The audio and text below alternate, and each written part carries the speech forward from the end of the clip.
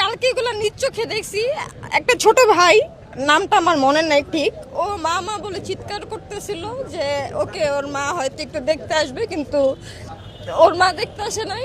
ও 8টা বাজে মারা গেছে। পরে ওর বাবা মা আসছিল রাত্রে খবর পেয়ে। তো এই জিনিসটা খুবই খারাপ লাগছে যে একটা বাচ্চা, আমাদেরও তো বাবা মা আছে, আমরা অনেক আদরের সন্তান, তিনি তার আদরের সন্তানটাকে লাস্ট মুহূর্তে দেখতেও পারলেন না এবং বাচ্চাটা খুবই মামা করে চিৎকার করতেছিল। এবং আজকের অবস্থা অনেকের খারাপ। ওই যে ভাইয়াটা আসিয়াকে খুঁজতেছে, আসিয়াকে এখনো পাওয়া যায়নি। আসিয়ার ভাই আসিয়ারে খুঁজতেছে, বোনটা আসিয়ারে খুঁজতেছে। তো এরকম কতগুলো ভাই বোন আমাদের আমরা খুঁজে পাবো না, এটা তো আমরা জানি না। এর জন্য খুব খারাপ লাগতেছে, আর ভিতরের আপডেটটা এখন পাইতেছি না। তো সরকারের কাছে আমাদের এটাই আবেদন থাকবে যে আমাদের ভাই বোনগুলোর একটু জলদি খুঁজে বের করা। বাবা মা গুলো অনেক বেশি কষ্ট পাইতেছে, যারা খুঁজে না পাইতেছে। আমরা তো ট্রাই করতেছি সবাই খোঁজার, যারা যারা আহত আছে বা খুঁজে পাওয়া যাচ্ছে না।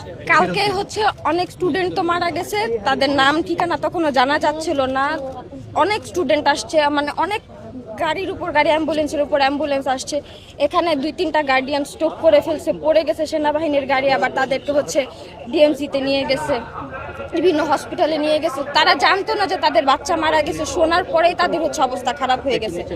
তো দেখার পরে অবশ্যই কারো মন মানসিকতা ভালো থাকবে না। বা যদি কেউ জিজ্ঞেস করে আপনি কি স্বজন হারাইছেন বা আপনি কাকে দেখতে আসছেন, তখন এটাই বলার থাকে যে আমি আমার ছোট ভাই বোনদের দেখতে আসছি বা ওদের একটু সাহায্য করার জন্যই আসছি। ওরা এত ছোট, ওরা এগুলো সহ্য করার মতন, ওদের গায়ে থেকে সব পড়ে যাইতেছে। এরকম ব্যান্ডেজ ওরা নিতে পারতেছে না, ব্যান্ডেজেরও তো একটা ভার আছে। আর এত ছোট বাচ্চারা কিভাবে সার্ভাইভ করবে? অনেকে 60%, 70% পুড়ে গেছে, 20% যাদের পুড়ছে তারাও অনেক কান্না করতেছে, কারণ ওরা তো এগুলা কখনো পায় না, এগুলা কি হয়েছে বুঝতেও পারতেছে না। এখানে আসার কারণ আমি একজন বাংলাদেশি, আমার ভাই বোনরা আহত হয়েছে, আমার ভাই বোনরা আমাদের ছেড়ে চলে গেছে, ওদের দেখতে আসছি। ওদের উপকার আমরা কতটুকু করতে পারবো সেটা তো আমরা জানি না, কিন্তু যদি ব্লাড লাগে অ্যাটলিস্ট ব্লাড তো দিতে পারবো। মানুষ লাগবে, 10 ব্যাগ ব্লাড লাগলে 10 ব্যাগ ব্লাড আমরা জোগাড় করতে পারবো, এর জন্য আসছি। মানবিক দৃষ্টিতে যে কোনো সহযোগিতার জন্য হাত বাড়ানো, একজন অসুবিধা মানুষের পাশে দাঁড়ানো হচ্ছে একটা মানুষের কাজ।